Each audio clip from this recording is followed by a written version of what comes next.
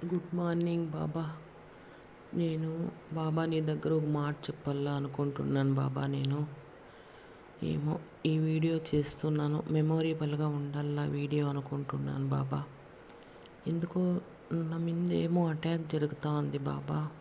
నేను ఇక్కడ ఇంటి దగ్గర బయలుదేరినప్పటి నుంచి అక్కడ ఎసురుగట్టలో 2 సార్లు నా మీద అటాక్ జరిగింది బాబా.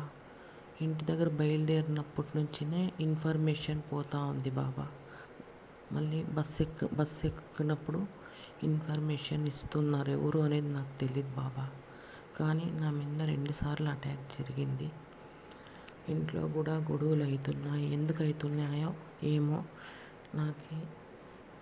ఏమో బాబా, అది నీకే తెలుసు, నాకేమీ తెలీదు.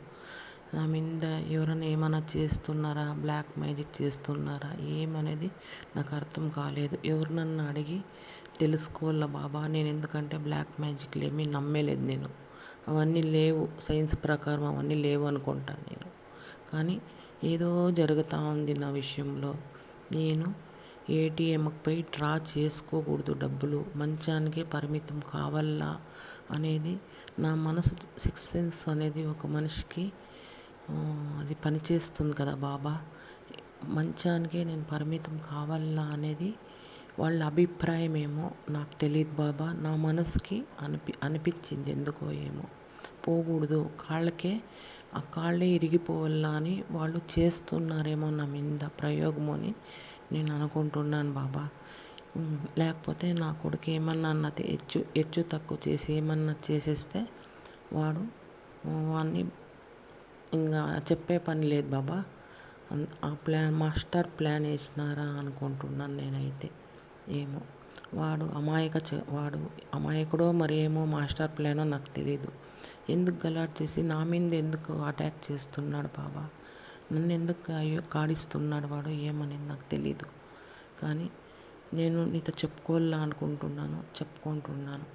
నాకు ఎందుకో అనుమానం వస్తూ ఉంది, నా మీద ఏమో జరుగుతూ ఉంది అని. నన్ను చంపాలా అనే ఉద్దేశం ఎవరుకుంటుంది బాబా, అది నీకే తెలుసు. ఎందుకు నా మీద ఇంత అటాక్ జరుగుతూ ఉంది? ఏం జరుగుతుంది బాబా, ఏం జరుగుతూ ఉంది నా విషయంలో? నాకేమీ అర్థం కాలేదు. నా మీద లేనిపోని ప్రచారాలన్నీ చేస్తూ ఉన్నారు. ఎందుకు చేస్తున్నారు?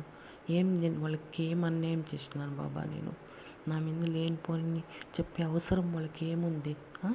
ఫస్ట్ ఇవన్నీ చెప్పి మళ్ళీ నా మీద అటాక్ జరిగిన తర్వాత ఆమె సరిలేదు అని చెప్పడానిక? ఇవన్నీ మాస్టర్ ప్లాన్ కాదా ఇవంతా?